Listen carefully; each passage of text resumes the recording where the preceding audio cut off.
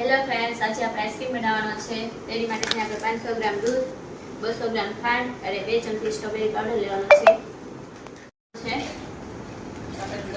ગરમ કરવા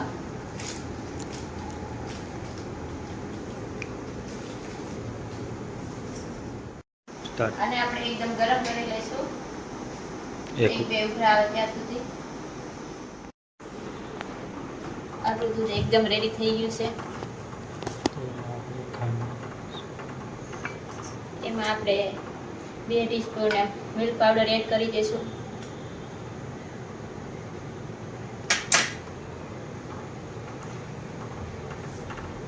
એકદમ મિક્સ કરી દઈશું અને આપણે પહેલા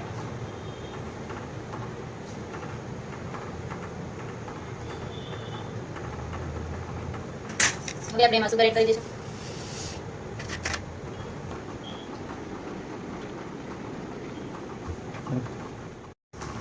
એકદમ સરસ મિક્સ થઈ ગયું છે આ મિલ્ક પાવડર અને સુગર બે.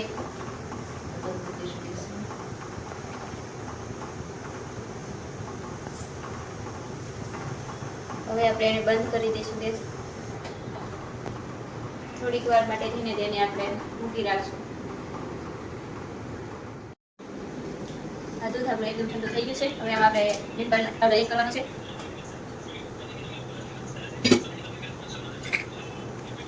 આપણે અંદર થોડું દૂધ નાખી મિક્સ કરીશું.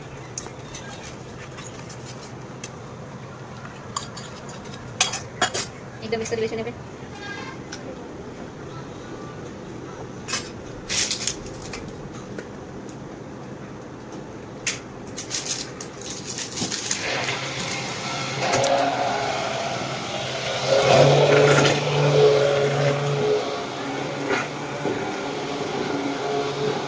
મિક્સ થઈ ગયો છે મિલ્ક પાવડર. એને હવે આપણે એક ડબ્બામાં કાઢી લઈશું.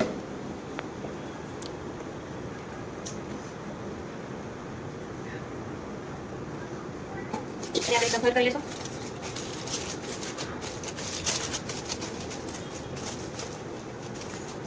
સાત આઠ કલાક કરી લીધો છે ને 7-8 કલાક માટે એને ફ્રીઝરમાં મૂકી દઈશું આપણે.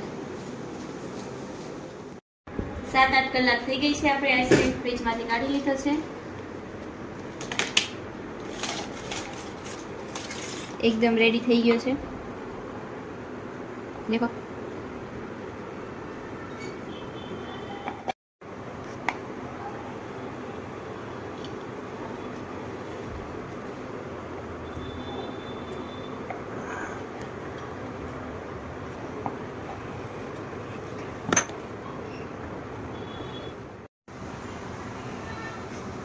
સ્વાદ મુજબ ચાસણી આપણે એમાં નાખશું.